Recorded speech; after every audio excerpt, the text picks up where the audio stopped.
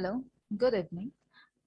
This includes my presentation on the topic gender identity and sexual orientation, where I would like to focus on the reflection on Indian politics for, or rather to have a future beyond crisis.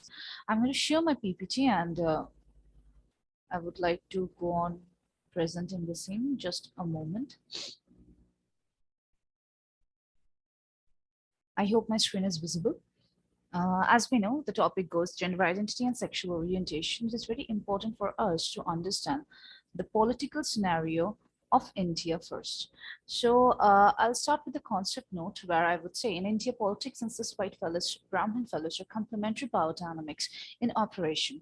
Gender and sexuality are two most complexly designed, culturally constructed, and ambiguously interrelated terms used within the spectrum of feminism that considers sex as an operative term to theorize its deconstructive cultural practices or other perspectives. Helen Sixtius, in her notes in Love of Medusa, that men and women enter the symbolic order in a different way, and that the subject position open to either of the sex is different.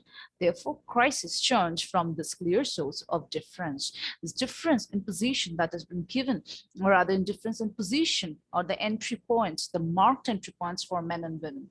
Now, crisis implements the lack of required amenities in parity with the amount of requirement. The crisis in this premise of gender and sexuality is because of paranoia. Paranoia is what a fear of inclusion acceptance that may break the nude makeup-like social arrangements, so intricately designed to provide a preview of a natural outlook. Now, going on to the next slide, which states the introduction of the term queer. Now, the term queer was actually introduced in 1508 Scotland, where it meant to be strange and peculiar, where the meanings were somewhere different yet interlinked. 1812, where it was used as a verb, which meant something spoil or ruin, while in 1935, it went around as a noun in the process of, and it was generally associated with the homosexuality or homosexuals in obviously an interrogatory way, never to mention, and the synonyms were quite similar to this. Now, we not use the queer term to neutralize the negative and complex history it carries, rather to present oneself as a more radical political identity. However, the term queer is open-ended, and it is indeed important to know how this open-endedness of the term queer has made it politically more efficacious.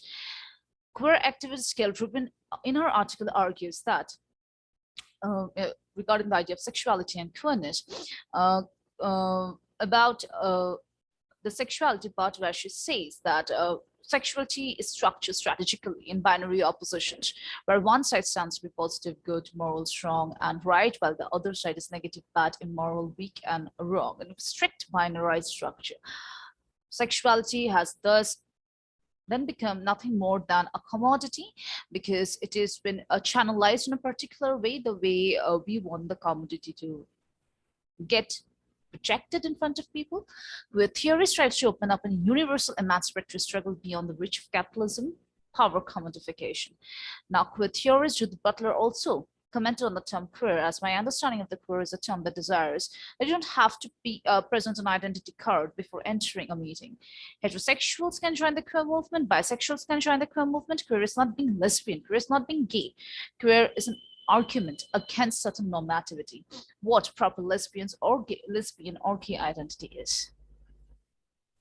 Now, political and crisis. Now, from how in Indian terms we can see it is getting interlinked. Politics in terms of what Wikipedia note says, that stands as a set of activities that are associated with making decisions in groups or in other forms of power relations between individuals, such as distribution of resources or status. Now, it may be used positively in the context of political solution, which is compromising and nonviolent, and descriptively as the art of science or government, but also it carries a negative connotation. Keeping the present political scenario in mind in India, a very simple comment, which was quite similar to a Turkish proverb used by Paulo Coelho in his Twitter comment, where he stated that the forest was shrinking, but the trees kept voting for the X. But the X was clever and convinced the trees that because his handle was made of wood, he was one of them.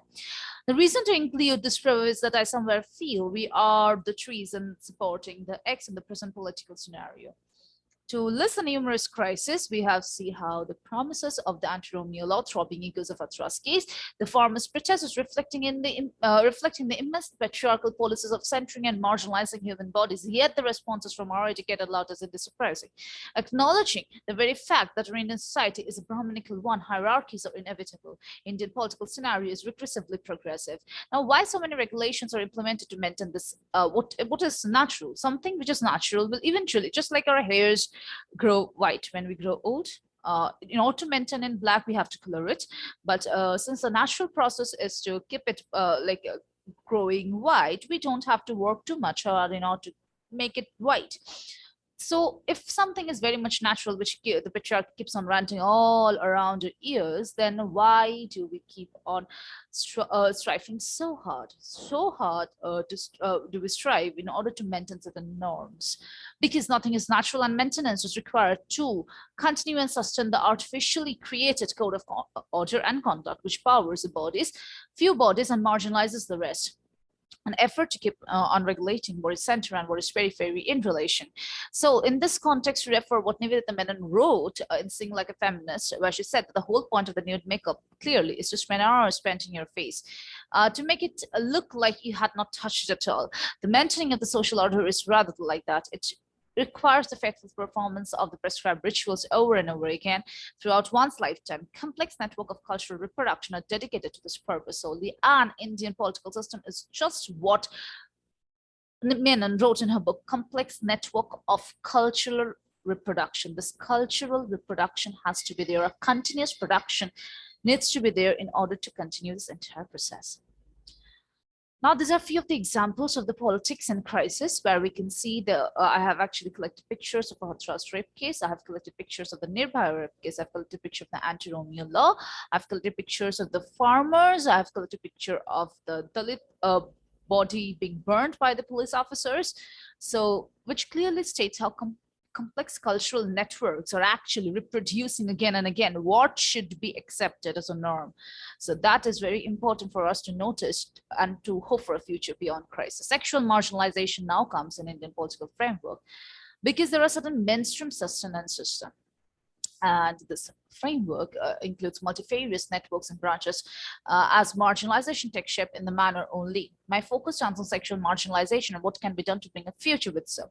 Now, the concept of desire is modulated within the binarized parameter of Darga. That sexual orientation is shaped in accordance to this, or to say that we are trained or organized to shape and limit our sexual orientation or sexual orientations upon the only celebrated benchmark of sexuality, that is heterosexuality.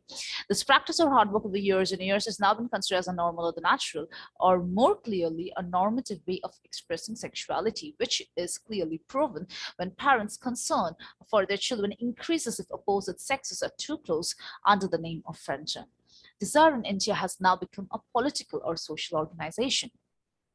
And to regulate the same, which desire is acceptable and which should not be validated and which should not be, it depends on whether the body has a vagina or a penis and whether it is marking or marching towards what we call as a procreative sexual relationship. Now, now this entire desires are forbidden if they are not channelized in this particular zone. The political involvement is prominent. Regulating desires means regulating bodies towards a norm and hence creating a conveniently hierarchical setup of the rulers and rule bodies. Now, furthermore, if they deviate from this monochromatic plan, then diversity comes, and which is so much challenging to the sexual purity, quote unquote, purity of Indian political system and society.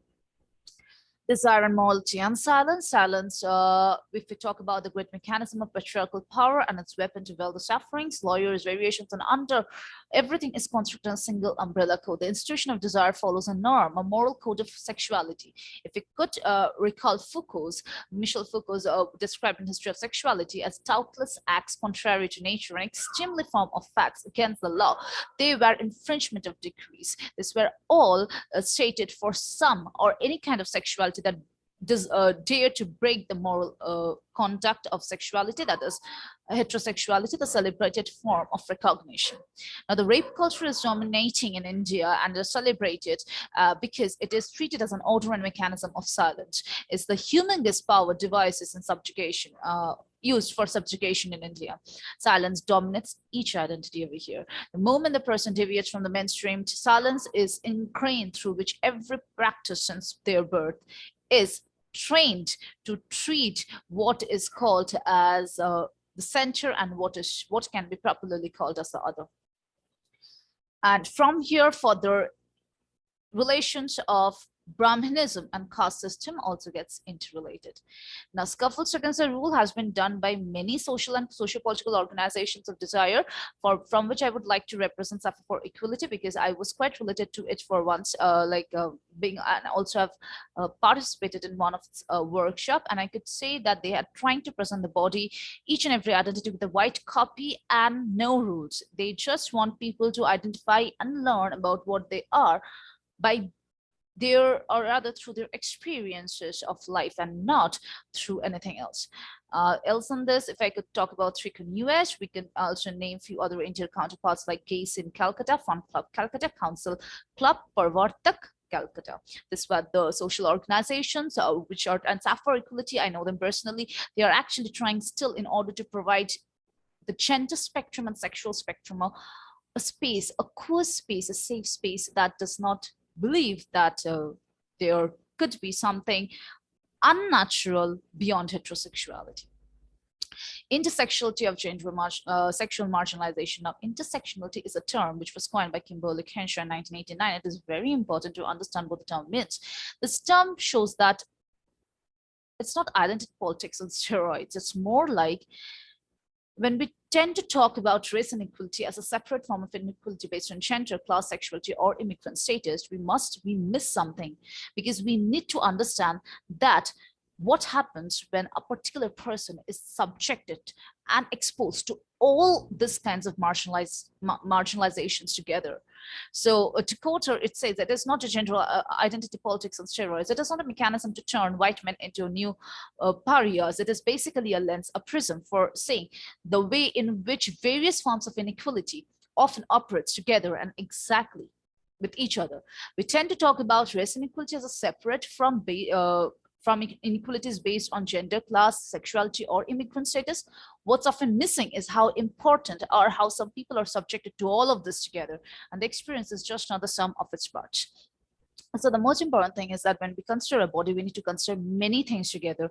We should consider the body as a center of a spider's web, where the web of various identifications and various forms of marginalizations work and functions together, but the experience is the sum total and the product of all these marginalizations together.